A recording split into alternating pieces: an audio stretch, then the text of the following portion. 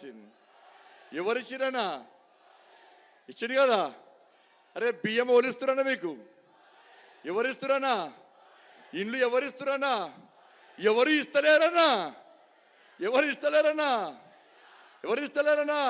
అరే కరీంనగర్ కు అభివృద్ధి కోసం 9,000 కోట్ల రూపాయలకు పైగా నిధులు ఇచ్చింది ఎవరన్నా? ఎవరిచ్చిరన్నా? కరీంనగర్ స్మార్ట్ సిటీ ఇచ్చింది ఎవరన్నా? గ్రామాలకు నిధులు ఇచ్చేది ఎవరన్నా? గ్రామీణ సడక్ యోజన ఇచ్చేది ఎవరన్నా? ఆర్ఓబి ఇచ్చింది ఎవరన్నా? నేషనల్ హైవే ఇచ్చింది ఎవరన్నా? ఈ దేశంలో తెలంగాణ రాష్ట్ర అభివృద్ధికి నిధులు ఇచ్చేది ఎవరన్నా? అటువంటి మహానుభావుడు మన గడ్డ మీదకి వచ్చినప్పుడు ఒక్కసారి లేచి కరతాల ధనుతో స్వాగతం పలకనా లేదా? భారత్ మాతాకి, భారత్ మాతాకి. నరేంద్ర మోడీ గారి నాయకత్వం, నరేంద్ర మోడీ గారి నాయకత్వం. జై శ్రీరామ్, జై శ్రీరామ్. దయచేసి ఆలోచన, వాస్తవ విషయాలు ఆలోచన. ఇలా కరీంనగర్లో జరుగుతున్న వాస్తవ విషయాలు వచ్చండి. ఇలా పైసలతోనే గెలవాలని కోరుకుంటున్నా. ఏ రోజైతే మీరు పార్లమెంట్ సభ్యునిగా నన్ను గెలిపించారో, భారతీయ జనతా పార్టీ రాష్ట్ర అధ్యక్షుడు చేసిందో, నిరంతరం నిరంతరం మీకోసం కొట్లాడుతున్న వ్యక్తి బండి సంజయ్. ఏ రోజు రెస్ట్ తీసుకోలే, ఏ రోజు నా కుటుంబాన్ని గురించి ఆలోచించలే, ఏ రోజు నా సంపాదన గురించి ఆలోచించలే. చాలా మంది విమర్శలు చేస్తున్నారు. ఈ రోజు ఈ గడ్డ మీకెళ్ళి ప్రమాణం చేసి చెప్తున్నా, నా మీద ఆరోపణ చేసే కాంగ్రెస్ బీఆర్ఎస్ పార్టీ నాయకులారా, నేను సంపాదించినట్లు మీ దగ్గర డాక్యుమెంట్స్ ఉన్నాయని చెప్పారు. నేను ప్రమాణ పూర్వకంగా చెప్తున్నా, ఏ డాక్యుమెంట్ నేను సంపాదించినట్టు తీసుకొస్తే నా ఆస్తి మొత్తం ఈ కరీంనగర్ అసెంబ్లీ నియోజకవర్గానికి రాసిస్తా అని చెప్పి నేను మీ అందరి ముందు ప్రమాణ పూర్వకంగా చెప్తున్నా. డబ్బు సంపాదన ఉంటే బండి సంజయ్ రెండు సార్లు జైలు కూడా.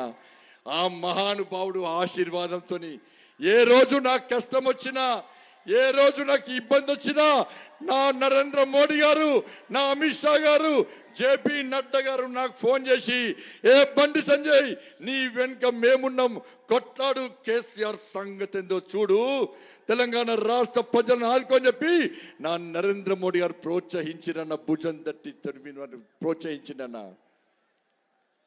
ఎవరన్నా ఇలా కొట్లాడింది? గంగుల కమలాకర్ కొట్లాడింది అన్న ఏ రోజన్నా? కాంగ్రెస్ పార్టీ అభ్యర్థి మీకు ఎవరికైనా తెలుసా అన్న? వాళ్ళ అఫిడవిట్ చూడండి. ఒకరి మీద చీటింగ్ కేసులు, ల్యాండ్ గ్రాబింగ్ కేసులు, ఇంకొకరి మీద అక్రమంగా ఆస్తులు సంపాదించిన కేసులు. కానీ నా మీద ఉన్న 74 కేసులు మీకోసం, తెలంగాణ ప్రజల కోసం కొట్లాడిన కేసులన్నా. మీకోసం ప్రాణ త్యాగానికైనా సిద్ధపడ వ్యక్తి అన్నా. ఇలా 3 అభ్యర్థులను బేరీజు వేసుకోండి. ఎవరు మీకోసం పనిచేసారు? ఎవరు ఈ ప్రజల కోసం పనిచేసారు? ఎవరు సొంత ప్రయోజనాల కోసం పనిచేసారు? ఎవరు ఆస్తి పాస్తులు సంపాదన కోసం పనిచేసారు? ఎవరు మీ అభివృద్ధి కోసం పనిచేసారు? ఎవరు నిరంతరం కష్టార్జితంతో ఇలా తెలంగాణ రాష్ట్రంలో ఇటువంటి వాతావరణాన్ని తయారు చేసారో ఒక్కసారి కరీంనగర్ ప్రజలు ఆలోచించండి. మీకోసం కష్టపడ్డ నా కార్యకర్తలు ఒక్కసారి చూడండి. మీకోసం కష్టపడ్డ కార్యకర్తల మీద రౌడీ షీట్స్ ఓపెన్ చేసిర్రు, కమ్యూనల్ షీట్స్ ఓపెన్ చేసిర్రు అలా. కానీ ఏ రోజు నా కార్యకర్తలు మీకోసం కష్టపడ తప్ప ఏ రోజు కూడా వెనుకడుగు వెళ్ళన్నా. అరే తెలంగాణ రాష్ట్రాన్ని అప్పుల పాలు చేసిందన్న కేసీఆర్. బీఆర్ఎస్ పార్టీ వస్తే మళ్ళా 5 లక్షల కోట్ల అప్పు తేవాలి. కాంగ్రెస్ పార్టీ వస్తే మళ్ళా 5 లక్షల కోట్ల అప్పు తేవాలి. ఫస్ట్ నాడ జీతాలు చెప్పట్లేదు. ఆర్టీసీ కార్మికులను నిర్వీర్యం చేసిన వల్ల, 317 జియో పడుతున్న ఉద్యోగస్తులను, ఉపాధ్యాయులను మోసం చేసిన వల్ల, డబుల్ బెడ్రూమ్ పేరుతో మోసం చేసిన వల్ల, బీసీలను మోసం చేసిండు, ఎస్సీ ఎస్టీలను మోసం చేసిండు, అగ్రవర్ణాల్లో పేదలను మోసం చేసిండు. జీతాలు ఇచ్చే పరిస్థితి లేని కేసీఆర్ తెలంగాణ రాష్ట్రంలో అధికారంలోకి వస్తే ఎక్కడి నుంచి పైసలు తీసుకొస్తావో ఒక్కసారి చెప్పాలి. కర్ణాటకలో కాంగ్రెస్ పార్టీ ప్రామిస్ ఇచ్చి ఏ విధంగా కర్ణాటక ప్రజలను మోసం చేసిందో ఒక్కసారి ఉంచండి. తెలంగాణ సమాజం ఆలోచించాలి. 5 లక్షల కోట్లు అప్పు చేస్తే కేంద్రంలో నరేంద్ర మోడీ గారి ప్రభుత్వం ఉంది కాబట్టి ఈ రోజు అక్కడ డబుల్ ఇంజన్ సర్కారు వస్తేనే మీకు న్యాయం జరుగుతుంది, తెలంగాణ రాష్ట్రం అభివృద్ధి చెందుతుందన్న విషయాన్ని ఒక్కసారి తెలంగాణ సమాజం గుర్తుంచుకోవాలి. మొన్న హైదరాబాద్కి వచ్చి మంద కృష్ణ మాదిగ అన్న 30 సంవత్సరాలు పోరాటం చేసిండు. తెలంగాణ ఉమ్మడి ఆంధ్రప్రదేశ్లో పేదలకు న్యాయం జరగాలి, ఎస్సీ వర్గీకరణ జరగాలని చెప్పి యుద్ధం చేస్తే అనేక మంది బలిదానం అయిపోయారు. వాళ్ళ ఎంఆర్పిఎస్ కార్యకర్తలు చాలా మంది అనారోగ్యంతో మరణించిన వాళ్ళ చిరకాల కోరిక తీర్చడానికి కాంగ్రెస్ పార్టీ ముందుకు రాలే, బీఆర్ఎస్ పార్టీ ముందుకు రాలే. పేదల పెన్నిధి కాబట్టి, పేదల మనసు తెలుసు కాబట్టి, పేదల కష్టాలు తెలుసు కాబట్టి మన నరేంద్ర మోడీ గారు, మన ప్రియతమ నేత హైదరాబాద్ గడ్డకొచ్చి ఎస్సీ వర్గీకరణకు అనుకూలంగా మాట్లాడిన విషయాన్ని మాదిగా సమాజం గుర్తుంచుకోవాలి. ఇలా కులాల పేరుతోని, వర్గాల పేరుతోని, వర్ణాల పేరుతోని సమాజాన్ని చీల్చే ప్రయత్నం చేయకండి. ఇద్దరు అభ్యర్థులు అరే ఎన్నికల ముందు టోపీలు పెట్టుకొని నమాజ్ పోతారు, ఎన్నికల తర్వాత మసీదు జాగలనే కబ్జా చేస్తారనే విషయాన్ని గుర్తుంచుకోండి. ఎన్నికల ముందు గుళ్ళకు పోయి పూజలు చేస్తారు, ఎన్నికల తర్వాత గుడి జాగలనే కబ్జా చేసేటువంటి మూర్ఖులు ఇద్దరు అభ్యర్థులు. కరీంనగర్ ప్రజలు ఆలోచించుకోండి. నేను మీకోసం కొట్లాడినా నాలాంటి వ్యక్తులను ప్రోత్సహించకుంటే ఇలా పేద ప్రజల గురించి ఎవ్వరు కొట్లాడరన్నా. నాలాంటి అభ్యర్థులను గెలిపించకుంటే నాతో పాటు కష్టపడి పనిచేసిన నా కార్యకర్తలు ప్రశ్నిస్తారు అన్న. పేదల కోసం కష్టపడి పనిచేస్తే, పేదల కోసం 74 కేసులు వేసుకుంటే, పేదల కోసం నాన్ అవైలబుల్ కేసు పెట్టుకుంటే, పేదల కోసం జైలుకు పోతే, ఇలా పేదోళ్ళే ఓట్లు లేకుంటే పేదల కోసం ఎందుకు కొట్లాడాలన్నా చెప్పి నా కార్యకర్తలు ప్రశ్నిస్తే ఏం సమాధానం చెప్పాలి ఒక్కసారి నుంచండి. నా భార్యను చంపుతున్నారన్నా, నా పిల్లలు కిడ్నాప్ చేస్తున్నారన్నా. రేపు నా భార్య పిల్లలే ప్రశ్నిస్తారు. ఇలా భార్య పిల్లలే ప్రశ్నిస్తారు. అరే పేదల కోసం నువ్వు పనిచేస్తే ఆ పేదోళ్ళ ఓట్లేలే, నీ కుటుంబాన్ని చంపుతానా కూడా పేదల కోసం పనిచేస్తావు, ధర్మం కోసం పనిచేస్తావు. ఆ పేదల కోసం నీకు ఓటేకుంటే ఎందుకు పనిచేయాలి పేదల కోసం అని చెప్పి నా భార్య పిల్లలు ప్రశ్నిస్తే ఏం సమాధానం చెప్పుకోవాలో కరీంనగర్ ప్రజలు ఆలోచించాలి. తెలంగాణ మొత్తం కరీంనగర్ చూస్తుందన్న. 60 లక్షల మంది నిరుద్యోగ యువత మీకోసం చూస్తారన్న. అవుట్ సోర్సింగ్ ఉపాధ్యాయులు మీకోసం, అవుట్ సోర్సింగ్ ఎంప్లాయీస్ మీకోసం చూస్తారన్న. ఆర్టీసీ కార్మికులు మీకోసం చూస్తారన్న. పేదోళ్ళు మీకోసం చూస్తారన్న. ఒక్కసారి ఆలోచించండి. కరీంనగర్ ప్రజలు ఒక్కటి కావాలి, మీరు ఒక్కటై ఇలా మీ నాయకుడు మీరు తయారు చేసినటువంటి, మీ కన్న బిడ్డగా చూసుకున్నటువంటి మీ బండి సంజయ్ని 2 సార్లు ఓడగొట్టిర్రు. ఒక్కసారి బండి సంజయ్కి ఆలోచించి ఒక్క ఛాన్స్ ఇవ్వండి. కరీంనగర్ శాసనసభ్యునిగా మీకు సేవ చేసే అవకాశం ఇవ్వండి. 5 రోజులు కష్టపడిన నా కోసం 5 సంవత్సరాలు ఈ కరీంనగర్కు రక్షణ కవచంగా ఉంటానని చెప్పి మీ అందరికీ విజ్ఞప్తి చేస్తూ, మన అందరి ప్రియతమ నేత, మనందరి ఆదర్శమూర్తి అన్న కరీంనగర్ ఆరోపి కోసం పోతే, నరేంద్ర మోడీ గారి దగ్గర పోతే శబాష్ బండి ఆరోబి పక్కా చేయాల్సిందే, పక్కా ఇవ్వాల్సిందే. కరీంనగర్కు సిఆర్ఎఫ్ ఫండ్స్ కావాలి సార్ అంటే తెలంగాణకు 500 కోట్లు ఇస్తే కేవలం కరీంనగర్కే 200 కోట్ల రూపాయలు ఇచ్చినటువంటి మహానుభావుడు నరేంద్ర మోడీ అన్న. ఇలా కేటీఆర్ అంటున్నాడు నరేంద్ర మోడీ ఎట్లా దేవుడుతాడని. నీ అయ్య దేవుడా? రే నీ అయ్య ఆర్టీసీ కార్మికులు ఆత్మహత్య చేసుకుంటా బయటికి రాని మూర్ఖుడు మీ అయ్య. 27 మంది ఇంటర్మీడియట్ విద్యార్థులు ఆత్మహత్య చేసుకుని నీ అయ్య బయటికి రాలే. వడ్ల కుప్పల మీద రైతులు చనిపోతే నీ అయ్య బయటికి రాలే. 317 జీవో పేరుతోని ఉద్యోగస్తులు ఉపాధ్యాయులు గుండె వలి చచ్చిపోతే నీ అయ్య బయటికి రాలే. ఎస్సీ రిజర్వేషన్ వర్గీకరణ కోసం ఎస్సీ సమాజం ఉద్యమం చేస్తే నీ అయ్య బయటికి రాలే. పోడు భూముల కోసం ఎస్సీ సమాజం యుద్ధం చేస్తే మీ అయ్య బయటికి రాలే. డబుల్ బెడ్రూమ్ల కోసం కానీ, మహిళల మీద అత్యాచారాలు జరిగితే మహిళలు చనిపోతే మీ అయ్య బయటికి రాలే. రుణమాఫీ కోసం రైతులు చచ్చిపోతే నీ అయ్య బయటికి రాలే. ఇలా ఎప్పటికప్పుడు స్పందించి పేదల హృదయాలను దోచినటువంటి ఒక పేద వ్యక్తి దేశ ప్రధాని అయింది కాబట్టే ఈ దేశంలో పేదలకు న్యాయం దొరుకుతున్న విషయాన్ని ఒక్కసారి గుర్తించండి. అటువంటి మహానుభావుడు ఈరోజు కరీంనగర్ గడ్డ మీదకి వచ్చి మా అందరినీ ఆశీర్వదించడానికి వచ్చినటువంటి ఆ మహానుభావుడు ఆదరణీయ శ్రీ నరేంద్ర మోడీ గారిని మనందరినీ ఉద్దేశించి ప్రసంగించవలసిందిగా కోరుతూ భారత్ మాతాకి జై శ్రీరామ్.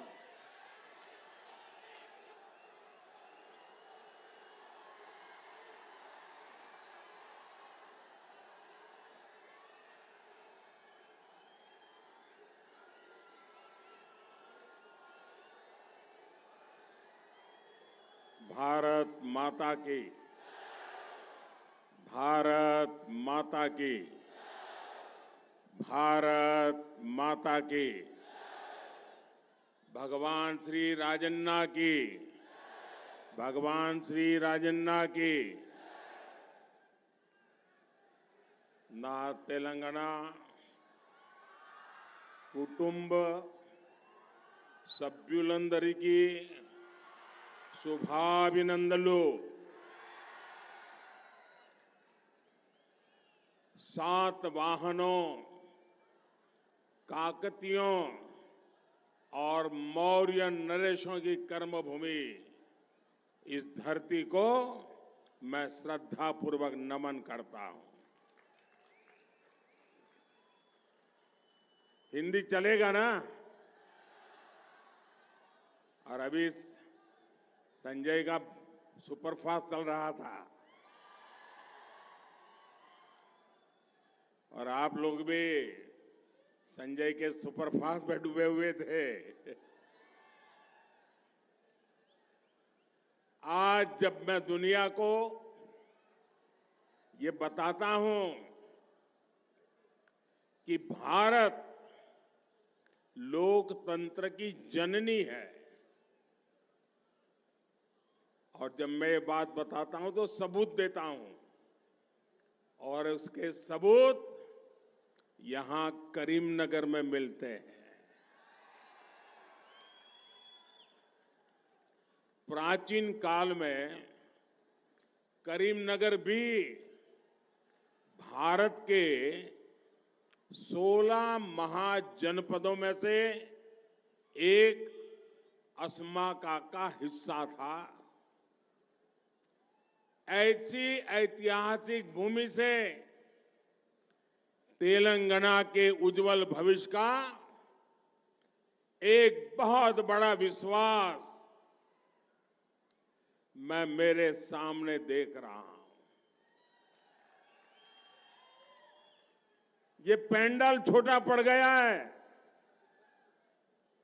इतनी तादाद में आप सब आकर के हम सबको आशीर्वाद दे रहे हैं. मैं आपका हृदय से आभार व्यक्त करता हूं. प्यारे भाइयों बहनों, करीमनगर ने हुजूराबाद उपचुनाव में फार्म हाउस सीएम केसीआर को सत्ता से बाहर करने का ट्रेलर दिखा दिया था. दिखाया था कि नहीं दिखाया था? आपने शुरुआत की है कि नहीं की? अभी चुनाव में पूरा खेल खत्म हो रहा है. आज पूरा तेलंगाना एक ही बात कर रहा है. गांव हो, शहर हो, मैं जहां जहां गया हूं, तेलंगाना एक ही बात बोल रहा है. हर कोई कह रहा है तेलंगाना में पहली बार आ रही है बीजेपी सरकार. मेरे साथ बोलेंगे आप? मेरे साथ बोलेंगे? मैं कहूंगा तेलंगाना में पहली बार. आप सब बोलेंगे आ रही है बीजेपी सरकार. तेलंगाना में पहली बार, तेलंगाना में पहली बार, तेलंगाना में पहली बार मोदटी सारी తెలంగాణలో బీజేపీ ప్రభుత్వం ఏర్పాటు కానుంది.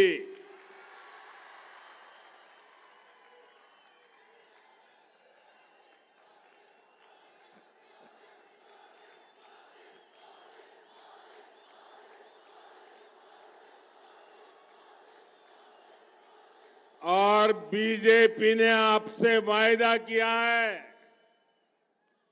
बीजेपी सरकार में पहला सीएम बीसी समाज से ही होगा.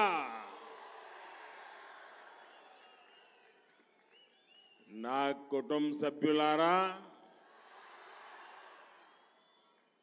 आने वाले 5 साल तेलंगाना के विकास के लिए बहुत जरूरी है. इन 5 वर्षों में तेलंगाना का राज्य, आज तेलंगाना की उम्र है 10 साल. ठीक है, 10 साल हो गए ना. अब 5 साल के बाद 15 साल हो जाएंगे. अब घर में बेटा या बेटी जब 10 साल के हो जाते हैं तो माँ बाप क्या सोचते हैं, भाई अब उसके दोस्त अच्छे हो, उसकी स्कूल अच्छी हो, उसके टीचर अच्छे हो, उसकी पढ़ाई लिखाई अच्छी हो, उसका बातचीत करने का तरीका अच्छा हो. ये सब करते हैं कि नहीं करते हैं? और डगर डगर पे मां बच्चों को बताती है कि देख भाई, अब तू 10 साल का हो गया, 11 साल का हो गया, 13 साल का हो गया, अब जरा कुछ जीवन के लिए, अच्छी पढ़ाई के लिए तैयारी करो, यहीं से जीवन शुरू होने वाला है. कहते हैं कि नहीं कहते हैं? हर परिवार में बेटा या बेटी 10 साल के हो जाएं तो 5 साल मां बाप बड़े महत्वपूर्ण मानते हैं. वैसे ही तेलंगाना के 10 साल हो रहे हैं और इसलिए ये 10 से 15 साल का जो समय है ना, ये बहुत ही महत्वपूर्ण है. ये 5 साल तय करेंगे कि तेलंगाना हिंदुस्तान में नंबर 1 कैसे बनेगा. और इसलिए भाइयों बहनों, ये ऐसी उम्र है तेलंगाना की कि अब हम कोई प्रयोग नहीं कर सकते, कोई गलती नहीं कर सकते. हम तेलंगाना को उसके नसीब पर नहीं छोड़ सकते. अब तो हमें हमारे सपनों का तेलंगाना बना के रहना है. और इसके लिए तेलंगाना को बीजेपी सरकार की बहुत जरूरत है. साथियों, बीजेपी सरकार के लिए सबसे बड़ी प्राथमिकता देश का विकास है, देश के हर राज्य का विकास है. आज जब लोग कहते हैं कि राष्ट्रहित में वोट दिया, अगर किसी को पूछा, ये टीवी वाले वोट देने के बाद लोगों को पूछते हैं किसको वोट दिया, पूछते हैं ना. ये तेलंगाना में भी लोग चल पड़ेंगे 30 तारीख को. और लोग जब कहते हैं, कुछ लोग हैं बताते नहीं है, इतना ही कहते मैंने तो राष्ट्रहित में वोट दिया. जैसे ही वो कहता है राष्ट्रहित में वोट दिया, तो पत्रकार भी समझ जाता है ये बीजेपी वाला लगता है. आज जब लोग कहते हैं कि विकास के लिए वोट दिया, तो सुनने वाले समझ जाते हैं कि बीजेपी को वोट दिया है. आज जब कोई कहता है कि देश का गौरव बढ़ाने के लिए वोट दिया, तो सामान्य मानवी भी समझ जाता है कि तो बीजेपी को वोट देकर के आया है. जब जनहित की बात होती है, गरीब कल्याण की गारंटी की बात होती है, तब भी एक ही नाम सामने आता है, बीजेपी। बीजेपी। बीजेपी पर यही विश्वास आज तेलंगाना के भी कोने कोने में दिखाई दे रहा है। मैं जहां गया हूं, मैं परिवर्तन की हवा देख रहा हूं, मैं लोगों का मिजाज देख रहा हूं। अब यहां बदलाव निश्चित है। लोगों ने यह भी तय किया है, बीआरएस को भगाएंगे, कांग्रेस को आने नहीं देंगे। ना कुटुंब सभ्युलारा, बीजेपी से अलग कांग्रेस और केसीआर ने आपको धोखा देने का कोई मौका छोड़ा नहीं है। जब कोई भ्रष्टाचार का नाम लेता है, परिवारवाद का नाम लेता है, तुष्टीकरण का नाम लेता है, तो तुरंत आपको कौन दिखाई देता है? बीआरएस दिखती है, या तो कांग्रेस दिखती है, या तो दोनों दिखते हैं। कांग्रेस के विधायकों की तो कोई गारंटी नहीं है, क्योंकि ये कब बीआरएस में चले जाएं, इसका कोई ठिकाना नहीं। सारा बिकाऊ माल बाजार में है। इसलिए कोई भी तेलंगाना में कांग्रेस को वोट देगा, क्योंकि लोग जानते हैं कांग्रेस को वोट देने का मतलब है कि केसीआर को दोबारा लाने का रास्ता खोल देना। कांग्रेस को वोट यानी केसीआर की सरकार फिर से आने की संभावना। और इसलिए अगर आप केसीआर नहीं चाहते हैं तो कांग्रेस को भी गलती से वोट मत देना, वरना वो पीछे से घुस जाएंगे। सत्ता से बाहर करने के लिए एक ही तरीका है, एक ही जड़ी बूटी है, एक ही उपाय है, कमल का बटन दबाना। बीजेपी की जीत और बीजेपी का सीएम।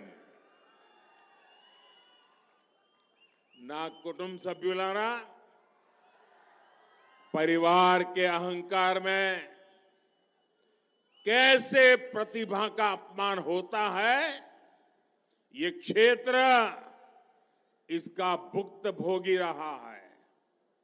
इस मिट्टी ने देश को पीवी नरसिम्हा राव जी के रूप में एक प्रधानमंत्री दिए, लेकिन कांग्रेस के शाही परिवार उनको पसंद नहीं आया और उनका कदम कदम पर अपमान किया। यही नहीं, राव साहब के निधन के बाद भी सरेआम कांग्रेस के शाही परिवार ने नरसिम्हा राव जी का अपमान करने का एक भी मौका जाने नहीं दिया। ये परिवारवादी सिर्फ और सिर्फ अपने ही बच्चों की सोचते हैं, आपके बच्चों की उनको चिंता नहीं है।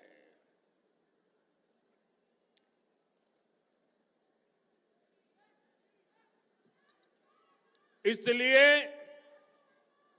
आपको बीआरएस हो या फिर कांग्रेस, ये आपके बच्चों का भविष्य बर्बाद करने में कोई कसर बाकी नहीं छोड़ते।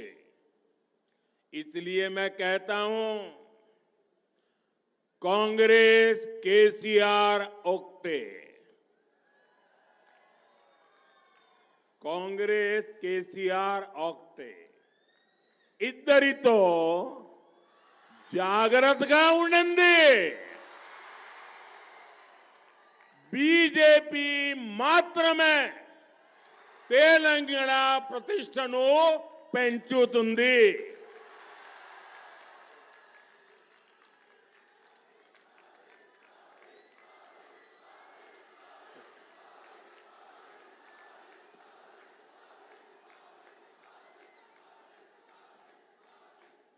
నా కుటుంబ సభ్యులారా,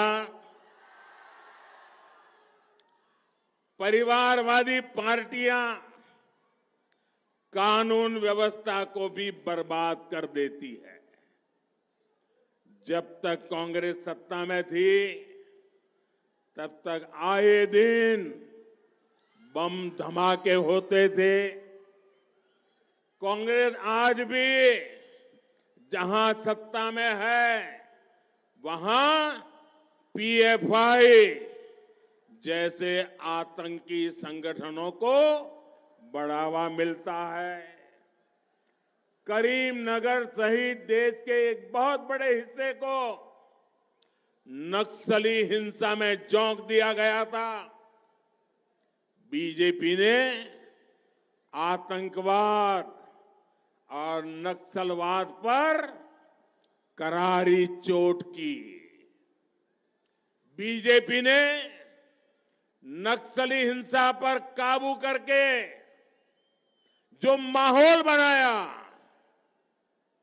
उसका लाभ कोई अच्छी सरकार ले सकती थी, लेकिन परिवारवाद की भलाई में डूबे केसीआर इसका भी फायदा तेलंगाना को नहीं करा पाए. पूरे तेलंगाना के लोग जानते हैं कि कैसे बीआरएस ने यहां की कानून व्यवस्था को बर्बाद कर दिया है. ना कुटुंब सभ्युलारा, बीजेपी की केंद्र सरकार का प्रयास पूरे तेलंगाना के संतुलित विकास का रहा है. करीमनगर में स्मार्ट सिटी प्रोजेक्ट के लिए मोदी सरकार ने फंड स्वीकृत किया, लेकिन केसीआर सरकार ने इस प्रोजेक्ट में भी जमकर के रोड़े अटकाए. केसीआर करीमनगर को लंदन बनाने के झूठे वादे करते हैं, याद है ना? और बीजेपी करीमनगर को विकास की नई ऊंचाई पर ले जाएगी. यहां का जो प्राचीन गौरव है उसको फिर से स्थापित करेगी. ना कुटुंब सभ्युलारा, ये क्षेत्र धान का कटोरा कहा जाता है, लेकिन केसीआर ने किसानों को पानी देने के नाम पर भी करोड़ों का भ्रष्टाचार किया. कालेश्वरम प्रोजेक्ट के साथ क्या क्या हुआ ये आज सिर्फ तेलंगाना नहीं पूरा देश जानता है. जिस बीआरएस ने आपके पानी को लूटा है उसे सजा मिलनी चाहिए कि नहीं मिलनी चाहिए? उसे सजा मिलनी चाहिए कि नहीं मिलनी चाहिए? पूरी ताकत से बताइए, सजा मिलनी चाहिए कि नहीं मिलनी चाहिए? उसकी विदाई होनी चाहिए कि नहीं होनी चाहिए? छोटे सीमांत और बटाईदार किसान यहां केसीआर सरकार के अत्याचार की इतनी बातें बताते हैं कि आपका इतनी पीड़ा हो जाए. क्या ऐसी भी कोई सरकार होती है क्या? मोदी सरकार ने ऐसे हर किसान के लिए पीएम किसान सम्मान निधि शुरू की है. बीजेपी सरकार यहां के किसानों से बॉइल्ड राइस भी खरीदेगी और पैडी के भी बेहतर दाम देगी. गोदावरी नदी में नए बांधों और बैराजों के निर्माण का जो रोड मैप बीजेपी ने रखा है, वो भी आपके उज्जवल भविष्य की गारंटी है। ना कुटुंब सभ्युलारा, करीमनगर को फिलिग्री आर्ट के लिए जाना जाता है। फिलिग्री आर्ट के लिए जाना जाता है। और मैंने मन की बात में इसकी चर्चा भी की थी। यहां के सोने और चांदी के कुशल कारीगरों की सब दूर वाहवाही होती है। हमारी ऐसी ही कला और ऐसी ही कारीगरों के लिए हम पीएम विश्वकर्मा योजना लेकर आए हैं। इसके तहत जो हमारे फिलिग्री आर्ट के कारीगर हैं, उनको आधुनिक ट्रेनिंग भी मिलेगी, आधुनिक औजार, आधुनिक टूल्स भी मिलेंगे और अपने बिजनेस को बढ़ाने के लिए लाखों रुपयों का बिना गारंटी ऋण भी मिलेगा। बीजेपी करीमनगर को सिल्वर सिटी के रूप में पूरी दुनिया में गौरव दिलाने के लिए ईमानदारी से काम करेगी। यहां करीमनगर के में बुनकर समुदाय के हितों को भी बीजेपी सरकार सर्वोच्च प्राथमिकता देगी। और जब मैं वोकल फॉर लोकल की बात करता हूं, तो मैं करीमनगर के कारीगरों की भलाई के लिए कहता हूं। ना कुटुंब सभ्युलारा, तेलंगाना को न बीआरएस की सरकार चाहिए, न कांग्रेस की सरकार चाहिए। तेलंगाना को अपनी गारंटी पूरे करने वाली बीजेपी सरकार चाहिए। मोदी की गारंटी, मोदी की गारंटी सबको मुफ्त राशन देने की है। मोदी की गारंटी मुफ्त इलाज और सबको सस्ती दवाई देने की है। मोदी की गारंटी हर किसान को मदद और सिंचाई की सुविधा देने की है। मोदी की गारंटी करप्शन, परिवारवाद और तुष्टीकरण से मुक्ति की है। मोदी के लिए गरीबों का कल्याण सर्वोपरि है। एक तरफ फार्म हाउस सीएम केसीआर है और दूसरी तरफ आपका सेवक मोदी है। ये आपके केसीआर को इतने अंधविश्वासी है, किसी ने उनके कान में डाल दिया कि अगर मोदी की परछाई तुम पर पड़ेगी, अगर कहीं पर भी मोदी की परछाई भी तुम पर पड़ेगी, तो तुम्हारे सारे सपने चूर चूर हो जाएंगे। उस दिन से ये ऐसे अंधविश्वासी व्यक्ति, उस दिन से वो मेरे से 50 फुट दूर रहते हैं। न एयरपोर्ट लेने आते हैं, न मीटिंग में आते हैं। किसी ने सुन के दिमाग में भर दिया है कि मोदी का शैडो, मोदी की परछाई अगर केसीआर पर पड़ गई तो उनके सारे सपने चूर चूर हो जाएंगे। ऐसे अंधविश्वासी लोग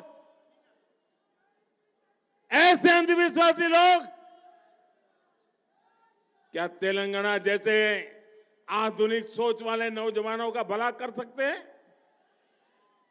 मोदी सरकार गरीब से गरीब को पक्का घर देने में जुटी है, लेकिन यहां की करप्ट केसीआर सरकार ने गरीबों को 2 बेडरूम फ्लैट देने का वादा पूरा नहीं किया और मोदी ने गरीबों के जो लाखों घर बनाए, उनको भी यहां की सरकार लाभार्थियों को मिलने नहीं दे रही है। ये जांच का विषय है। हजारों मकान बने हुए हैं, दिए नहीं जा रहे हैं। क्यों? कोई कटकी का हिसाब किताब बाकी है क्या? इसलिए रोक करके बैठे हो क्या? केसीआर सरकार ये बहुत बड़ा पाप कर रही है और ऐसी सरकार को सजा तेलंगाना का हर गरीब देने वाला है। ना कुटुंब सभ्युलारा, कांग्रेस हो या बीआरएस, ये लोग आपको लूटने का कोई मौका नहीं छोड़ते। बीजेपी सरकारों में 96-97 रुपये लीटर पेट्रोल मिलता है। अगर महाराष्ट्र में बीजेपी सरकार है, पेट्रोल सस्ता। गोवा में बीजेपी सरकार है, पेट्रोल सस्ता। हरियाणा में बीजेपी सरकार है, पेट्रोल सस्ता। गुजरात में बीजेपी सरकार है, पेट्रोल सस्ता। जहां जहां बीजेपी की सरकार है, वहां पेट्रोल कहीं 10 रुपया, कहीं 15 रुपया सस्ता है। जबकि यहां बीआरएस की सरकार आपसे कहीं ज्यादा रुपये पेट्रोल के नाम पर मार लेती है। आप यहां बीजेपी सरकार बनाइए, आपको पहले ही दिन पेट्रोल पंप पे जाओगे तो बीजेपी सरकार बनाने का संतोष वहीं मिल जाएगा। आपको महंगाई से राहत देने के लिए हर फैसला लिया जाएगा और ये मोदी की गारंटी है। और मोदी गारी गारंटी अंटे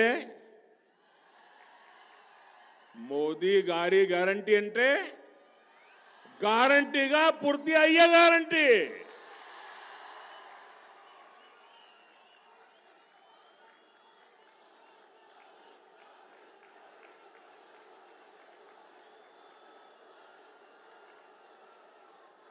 నా కుటుంబ సభ్యులారా, सामाजिक न्याय बीजेपी की प्राथमिकता है। सामाजिक न्यायम बीजेपी तोने साध्यम। इसलिए तेलंगाना को पहला बीसी समाज का सीएम देने का इसके लिए आपको वोट डालना है। मादिगा समुदाय को उनका हक मिले, इसके लिए वोट डालना है। एसटी समाज को सुरक्षा और सम्मान मिले, इसके लिए वोट डालना है। केसीआर ने तेलंगाना के लोगों को विश्वासघात दिया, गरीबी दी, मुश्किलें दी। क्या तेलंगाना का निर्माण केसीआर के परिवार को पालने के लिए हुआ था? क्या आप लोगों ने तेलंगाना इसलिए बनाया था कि केसीआर अपने नाते रिश्तेदारों को भ्रष्टाचार की खुली छूट दे सके? केसीआर ने बोला था, क्या क्या बातें की थी? केसीआर ने बोला था आपको देंगे निल्लो, निधुलो, नियमाकालो, पर आपको दिया क्या? उसने क्या दिया? कन्नीलो, मोसालो, निरुद्योगुलो। और इसलिए मेरे साथ बोलेंगे? मैं बोलूंगा, फिर आपको बोलना है बीजेपी फॉर तेलंगाना। क्या बोलना है? क्या बोलना है? जरा हाथ ऊपर करके पूरी ताकत से बोलिए, क्या बोलना है? प्रति कोना ओक्टेगाना बीजेपी फॉर तेलंगाना। आपको क्या बोलना है? प्रति कोना उगते गाना, प्रति कोना उगते काना, प्रति कोने उगते गाना। साथियों, तेलंगाना में बीआरएस की नाव डूबने वाली है और बीआरएस को भी ये एहसास हो चुका है कि 3 दिसंबर को उसका टिकट कट जाएगा। और देखिए, ये देखकर केसीआर के परिवार के लोगों ने भी, उसमें भी घर में बिखराव शुरू हो गया है। अपनी हार सामने देख केसीआर एक तरफ पूरी ताकत लगा रहे हैं कि जनता का आक्रोश थोड़ा ठंडा हो जाए, वहीं दूसरी तरफ केसीआर के रिश्तेदार अब बीआरएस को ही कोस रहे हैं। 3 दिसंबर के बाद तो ये लड़ाई और तेज होने वाली है।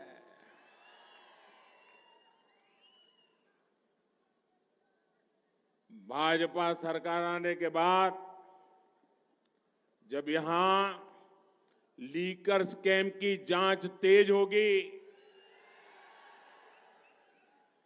मोबाइल हो या फिर पैसे की डिलीवरी, स्थानीय स्तर पर हर तार को खंगाला जाएगा और केसीआर की भगदड़ मचनी तय है। आप याद रखिए साथियों, ये बीजेपी ही सरकार है जो बीआरएस के भ्रष्टाचार पर कार्रवाई कर सकती है। और मैं आपको वादा करता हूं, जिन्होंने लूटा है उन्हें लौटाना पड़ेगा।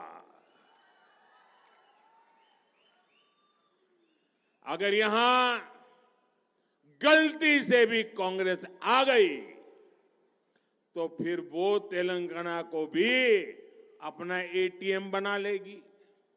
तेलंगाना के लोग ही तेलंगाना को फिर कुछ साल पीछे होने से बचा सकते हैं। तेलंगाना में कांग्रेस सरकार आना यानी गरीब कल्याण की हर योजना में लूट। मेरा तेलंगाना के लोगों से आग्रह है, और मेरी एक, बाकी कुछ ना समझो तो कोई बात नहीं, इतना समझ लेना, मेरा आपसे आग्रह है, एक बीमारी को खत्म करने के लिए दूसरी बीमारी मत लाइए।